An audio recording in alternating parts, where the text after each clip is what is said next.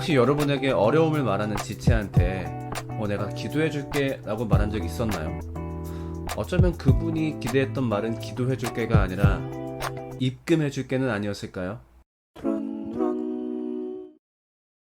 네, 반갑습니다. 엠마오 연구소 차성진 목사입니다. 오늘은 좀 가벼운 얘기 좀 해볼까 합니다. 서두에 뭐 농담만 진담만처럼 얘기하긴 했었는데, 가난하고 어려운 형제를 물질적으로 돕는 일에 대해서 이것이 우리의 의무다라고 생각하는 경우를 그렇게 많이는 못 보는 것 같아요. 그러니까 뭔가 기독교인이 하면 좋은 일, 기독교인에게 권장되는 일 정도로 생각할 때가 많은데, 사실은 성경은 여기에 대해서 굉장히 강하게 얘기를 하고 있어요. 분명히 돈을 꺼내서 도와주라라고.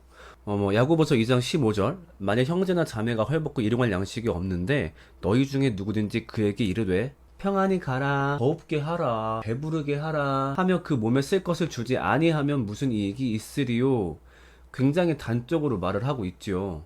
그러니까 뭐 오늘 버전으로 얘기하자면은 어떻게 기도해 줄게 화이팅, 자, 이건 소용이 없다라는 얘기입니다. 그래서 이 말씀 그 뒤에 우리가 알고 있는 굉장히 유명한 구절, 이와 같이 행함이 없는 믿음은 그 자체가 죽은 것이라. 그러니까 이게 단순히 야 그렇게 안 하면 나쁜 거야 그 수준이 아니라 야 그렇게 행동하는 것은 믿음이 없는 거야 라고 굉장히 단호하게 얘기를 하죠. 그리고 여기에 대한 이야기는 요한 1서에서도 굉장히 강하게 나옵니다. 자, 요한 1서 3장 17절, 누구든지 세상 재물을 가지고 있으면서 자기 형제자매의 궁핍함을 보고도 마음 문을 닫고 도와주지 않으면 어떻게 하나님의 사랑이 그 사람 속에 머물겠습니까?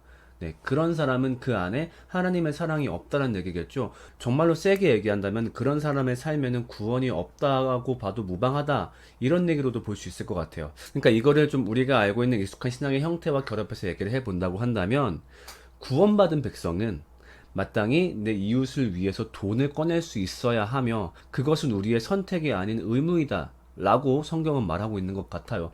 맞아요. 그래서 우리가 실제로 형제가 어렵고 힘들 때 우리의 돈을 꺼내는 것이 습관이 되어야 될 것 같습니다. 그런데 문제는 아까워요.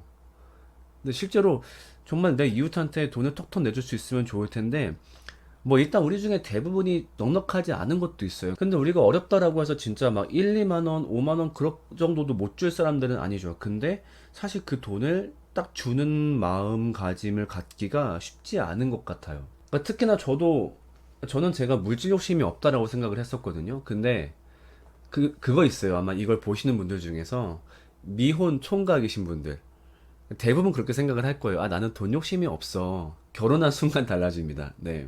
왜냐하면 미혼 때는 돈 쓸 데가 그렇게 많이 없는데, 정말로 가정을 가진 순간부터 그게 뭐 정말 어떤 가정을 지키고자 하는 수컷의 본능인 건지 아니면 내 욕심을 합리화하는 건지 모르겠지만, 돈에 대한 관점이 굉장히 달라지더라고요. 그래서 정말로 내 안에 분명히 물질에 대한 집착과 욕구가 있구나, 그걸 발견을 하게 됩니다. 저도 그래요, 사실은.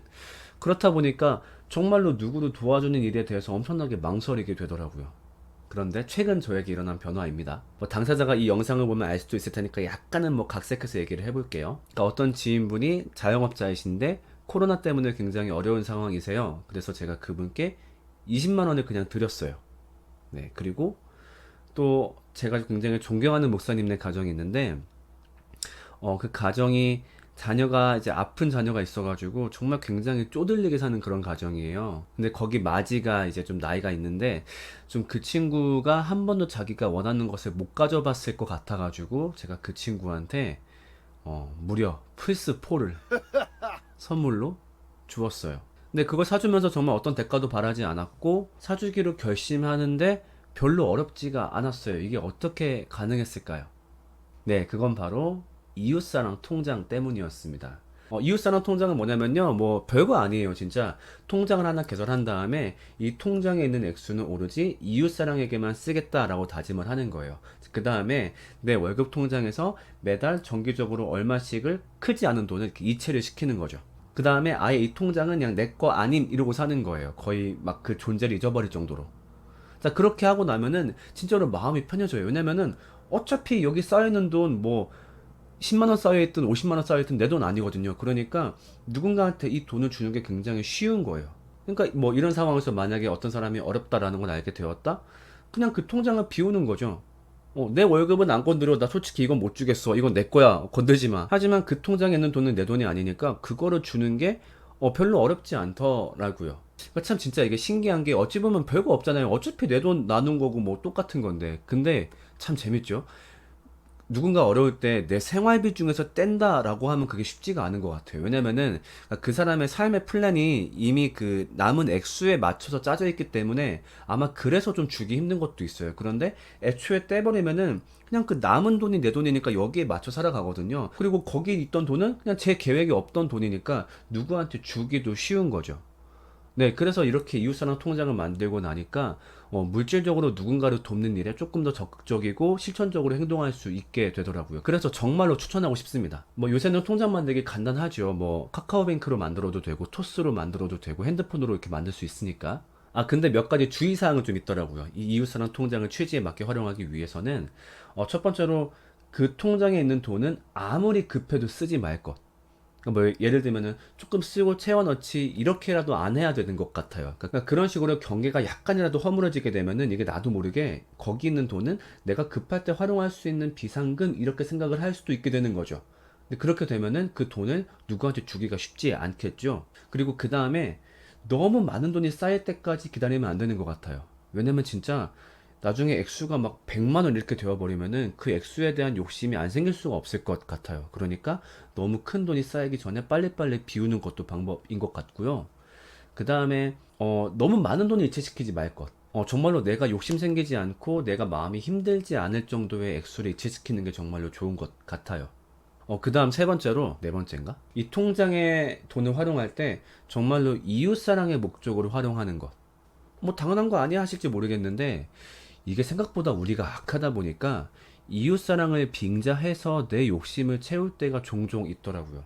그러니까 예를 들면은 어떤 약간 사업적으로 혹은 나한테 도움될 만한 사람한테 종잣돈으로 뿌리듯이 그 돈을 쓰는 거죠.